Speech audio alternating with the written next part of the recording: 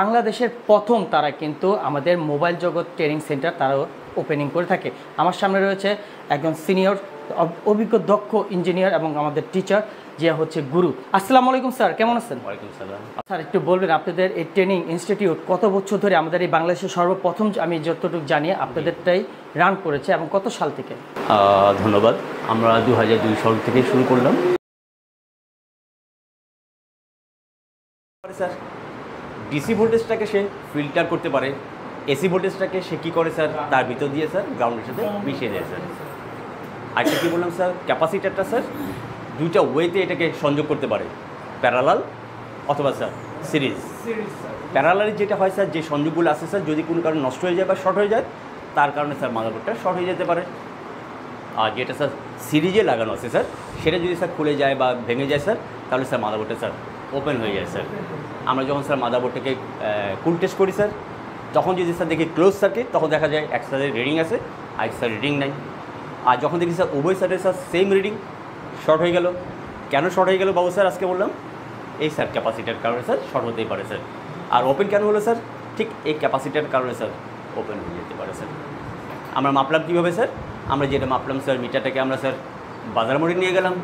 বাজার মোড়ে নিয়ে স্যার আমরা কী করলাম স্যার, আমরা এখান থেকে মাপলাম স্যার, গ্রাউন্ডে রেখে স্যার ক্যাপাসিটারকে মাপলাম স্যার। ক্যাপাসিটারের যে সাইডটা স্যার গ্রাউন্ডের সাথে লাগানো সেই সাইডটা স্যার বিপ করলো, যেটা স্যার কী বলে স্যার পজিটিভ সাথে লাগানো সেই সাইড স্যার কোনো বিপ করে নেই স্যার। তাহলে ক্যাপাসিটারটা আমি বলবো স্যার ভালো আছে স্যার। যদি ক্যাপাসিটার স্যার উভয় সাইডে স্যার বিপ করে থাকে স্যার তার মানে স্যার আমি বলবো এই ক্যাপাসিটারটা শর্ট হয়ে গেছে।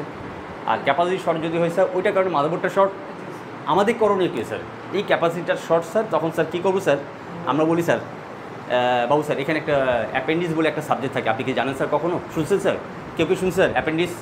স্যার অ্যাপেন্ডিক্স যদি থাকে স্যার, সেটা যদি ব্যথা হয় স্যার কাউসার স্যার কী করে স্যার আপনি জানেন স্যার? অপারেশন করার পরে কী করে? ফেলে দেয় না স্যার? কারণ এই যে স্যার ক্যাপাসিটার এটা কিন্তু একটা ক্যাপাসিটার, ডাক্তারি ভাষায় এটাকে বলে ক্ষুদ্রান্ত বলা হয়। এখানে একটা স্যার বড় বৃহদান্ত, এটাকে ক্ষুদ্রান্ত।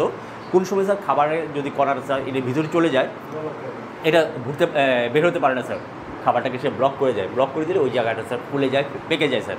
তখন ডাক্তার কী করে কেটে এটাকে ফেলে দেয় স্যার। এই যে ফেলে দেওয়া মানে তার ক্যাপাসিটারকে ফেলে দিল স্যার। আমাদের স্যার যে বিষয়টা হবে স্যার, এই যদি নষ্ট হয়ে যায় তাকে স্যার সরাই দেন স্যার, তখন লাইনটা স্যার আলাদা হয়ে যাবে, তখন স্যার সেটটা ফ্রেশ হয়ে যাবে, মানে শর্টটা চলে যাবে স্যার। বুঝতে পারছি স্যার? আর যেটা ওপেন হয়ে যাচ্ছে মানে পড়ে গেছে, ওটাকে আমি স্যার সংযোগ করে দিব স্যার, সংযোগ করে দিলে স্যার ওই কানেকশনটা আবার ঠিক হয়ে যাবে স্যার। ক্লিয়ার? ধন্যবাদ। আমি মাপতে বলছিলাম স্যার, এবার একটু মাপ দেন স্যার, কোথায় গ্যাপ আছে স্যার একটু মাপ দিয়ে দেখেন স্যার। আমার প্লিজ কোনো সাইডে বিপ করে না, যে সাইডটা কোনো সাইডে বিপ করবে না সেটা স্যার সিরিজে লাগানো স্যার, এটা স্যার সিরিজে লাগানো। হ্যাঁ, হাজারটা থাকতে পারে, একটা নাও থাকতে পারে স্যার, তার মানে একটা সিরিজে আছে স্যার, বাকিগুলো সবগুলো প্যারালাল। সিরিজে থাকাটা বাধ্যতামূলক না স্যার, প্যারালালই ম্যাক্সিমাম পাবেন আপনি স্যার। আসসালামু আলাইকুম ভিউয়ার্স, চলে আসলাম আজকে আমি আকমল টেকনিক্যাল ট্রেনিং ইনস্টিটিউট। তো ভিউয়ার্স, তো আপনাদেরকে দেখাবো আমাদের এখানে মোবাইল সার্ভিসিং সেন্টারের জগতে চলে আসছি। ভিউয়ার্স, এ হচ্ছে আমাদের ট্রেনিং সেন্টারের ওনার। আসসালামু আলাইকুম।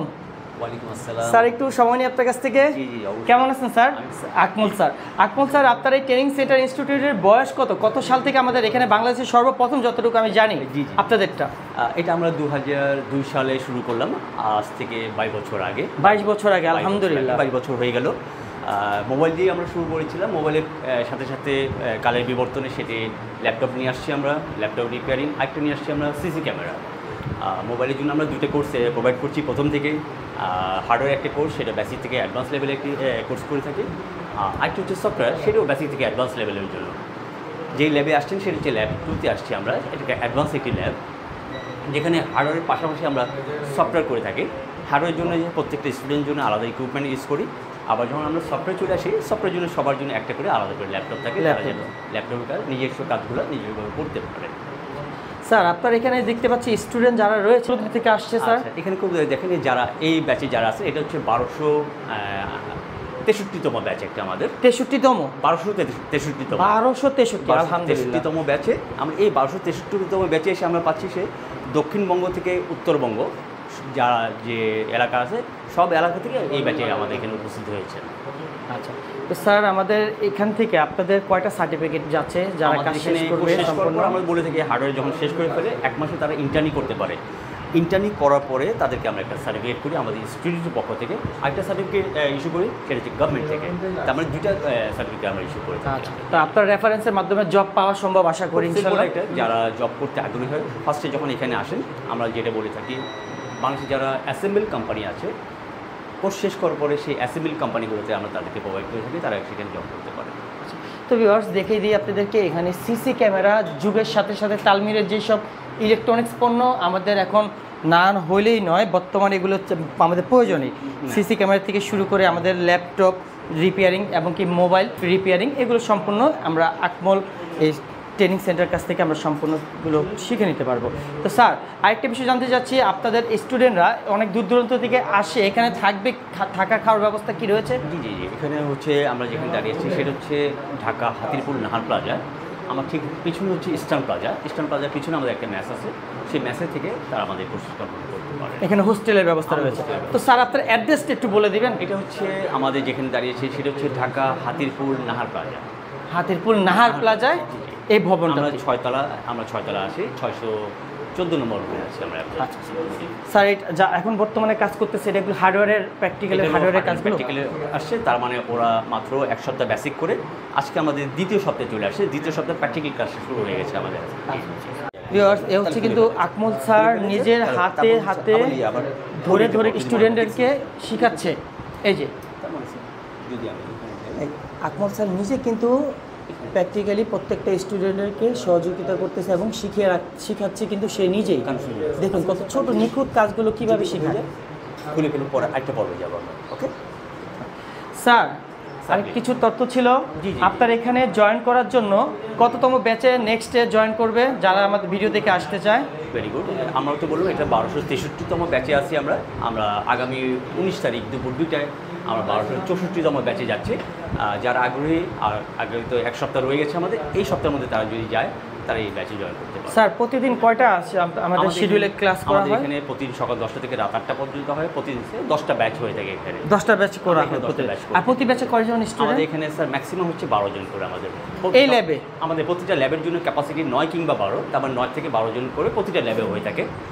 এই 12 জন, যেহেতু আমরা 12 জন নিয়েছি, সবাইকে আমরা পার্সোনালি একজন করে সবাইকে আমরা টেক কেয়ার করতে পারি। তার জন্য আমার যে ধারণা, আমরা সেই 12 জন করে আমরা এখানে কৃত ক্ষমতা যতটুকু পারফেক্টলি নিয়েছেন। স্যার সবাইকে কয় ঘন্টা করে সময় দিচ্ছেন? এখানে হার্ডওয়্যার যখন করে থাকবে তার স্পেশালি 2 ঘন্টা করে ক্লাস করবেন আমাদের সাথে। আচ্ছা, আর বাকি থাকবে 8 ঘন্টা হার্ডওয়্যার জন্য, সে প্র্যাকটিসের জন্য 8 ঘন্টা পাবেন। আচ্ছা, এরপরে যখন সে সফটওয়্যার চলে আসবে 2 ঘন্টা ক্লাসের সময় পাবেন, বাকি 8 ঘন্টা পাবেন উনি প্র্যাকটিসের জন্য। অর্থাৎ একজন স্টুডেন্ট প্রতিদিন 4 ঘন্টা করে ক্লাস করতে পারেন, 6 ঘন্টা করে প্র্যাকটিসের সময় পেয়ে থাকেন।